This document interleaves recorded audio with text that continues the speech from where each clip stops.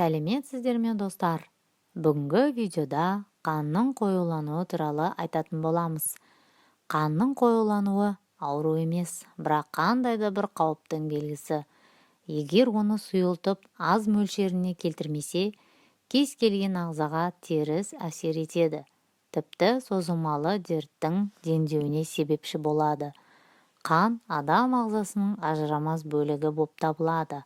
Оның міндеттеріне оттегі мен қоректік заттарды ішкі органдарға тасымалдау ғана емес, бұл иммунитетті қамтамасыз етуді қоса алғанда бірқатар маңызды денсаулық функцияларын орындайтын жүйе.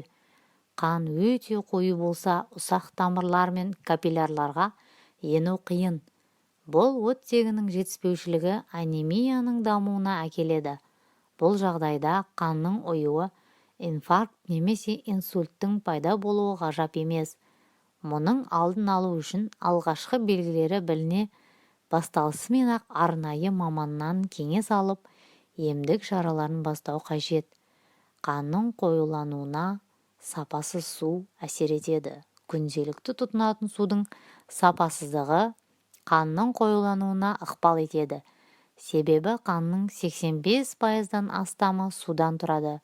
Егер адам сапасыз суды, атап айтқанда лас немесе хлорлы суды жиі ішсе, дене оның өзгеруіне көп жасушалық энергияны жұмсау керек. Оның дұрыс құрылымды болу өте маңызды. Өйткені оның негізгі міндеттері қанды сұйылту және қоректік заттардың сіңуін жақсарту болып табылады. Сонымен қоса ағзаның қышқылдануы. Қалыпты жағдайда қанның аздап сілтілі реакциясын беруі.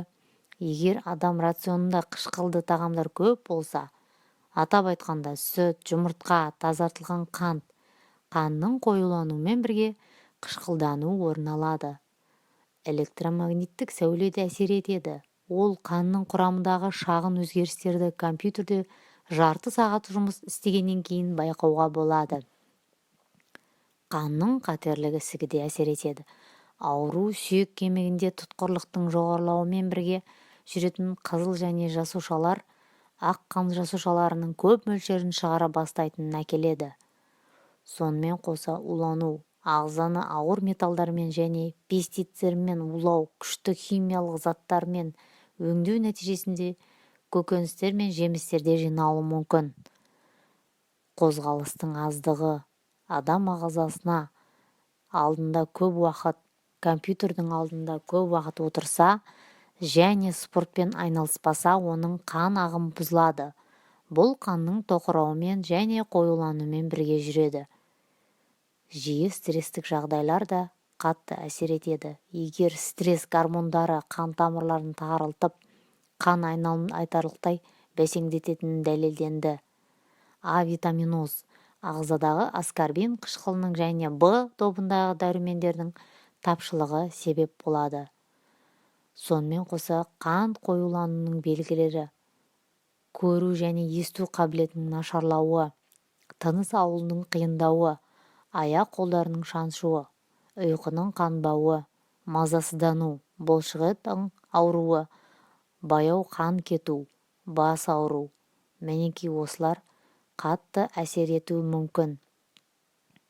Қанды сұйылтатын өнімдер дәрілік терапиядан басқа күнделікті тұтынатын тағамдарға мұқият болған абзал. Қанның қоюлануына алкоголь, ысталған ет, газдалған сусындар да ықпал етеді. Оның орнына майлы балық және зығыр майы, бағын көкөністер, ақ қырыққабат, брокколи немесе жеміс-жидектерді, құлпынай, жүзім және ананас үзбей жеңіз. Оған қоса зімбір сусынын ішу өте пайдалы болмақ. Күнде таңертең 10 шақты кез келген жаңғақ жеуге де болады. Қанды сұйылтуға өсімдік шөптерде пайдасын тигізіп жатады. Үй жағдайында қолдануға болатын тұнбалар: түйе жоңышқа, яғни донник тұнбасы, немесе жалбыз, мята шайы. Сонымен қоса көк шай көмектеседі. Табиғи шырындар, зығыр майы. Көк шайға келетін болсақ, қанды сұйылтып тазалайтын қасиетке ие. Оның құрамындағы катехин холестерин деңгейін реттеп, клеткаларды жасартса, илік заттар қанның сапасын түйіршіктерін өлтіреді, ал Е дәрумені жасушаның жаңаруына ықпал етеді. Қанды сұйылту үшін зімбір, яғни имбир қосылған көк шай ішкен пайдалы. Оның дайындау үшін зімбірді тазалап, майдалап, кесектеп турайсыз. Үстіне су құйып, отқа қоясыз. Бірнеше минут қайнаған соң сұйықтықты сүзіп алып, көк шай саласыз. Емдік шайды 15-20 минуттай тұндырып қою керек.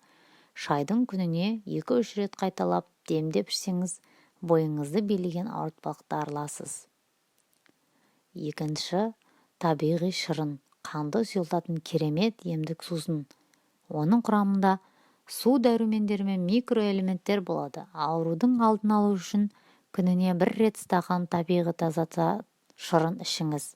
Әсіресе ананас, апельсин, сәбіз, лимон, мүкжүйдек, қызанақ шырындарын көбірек ішуге кеңес береміз. Сонымен қоса зығыр майы, А, Е, Б дәрумені және жартылай қанықпаған майға бай, майдың көмегімен қан тазаланады, сұйылады, ұйымайды, әрі жүрек қан тамырлар жүйесінің ауруларын алдын алады. Ол үшін күнде аш қарынға 1 ас қасық зығыр май ішесіз. Егер жүрегіңіз айнып мазасыздансаңыз, онда майды тамақтанып алған соң ішуге болады. Сонымен қоса